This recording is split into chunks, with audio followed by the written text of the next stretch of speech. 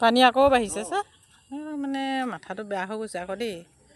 ইমানখিনি মানে দেশবাসী আহি মানুহক উদ্ধাৰ কৰিলে শিৱসাগৰখনক গোটেই অসমৰ মানুহে আহি গ'ল ন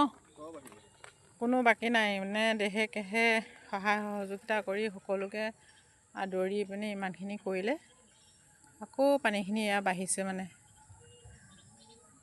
বেয়া লাগিছে কি যে হ'ব দেশখন মানে অসমখন গম পোৱা নাই আৰু শিৱসাগৰ ডিষ্ট্ৰিক্ট চেছ মানে 4টা বজাৰ আগলৈকে ইয়াত নাছিলে 4টা বজাৰ বহুত বাঢ়িছে দেই অভাৰ বাঢ়িলে এতিয়া আৰু অকণমান হ'লেচোন আগৰ সমানেই হ'ব সমানে হৈ যাব হয় নাই আৰু অকণমান হ'লে আগৰ সমানেই হৈ যাব মানুহবিলাকক সাৱধান হ'বলৈ চেষ্টা দি দিয়াই ভাল হয় নাই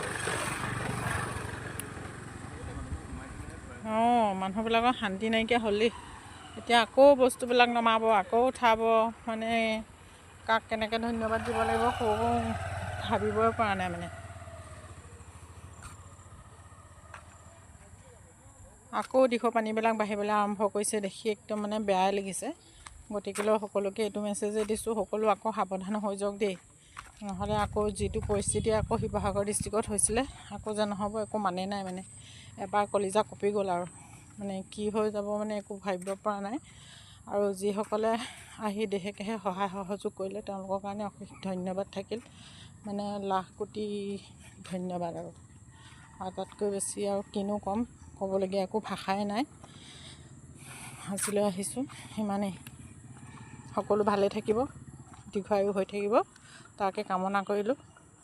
থৈছোঁ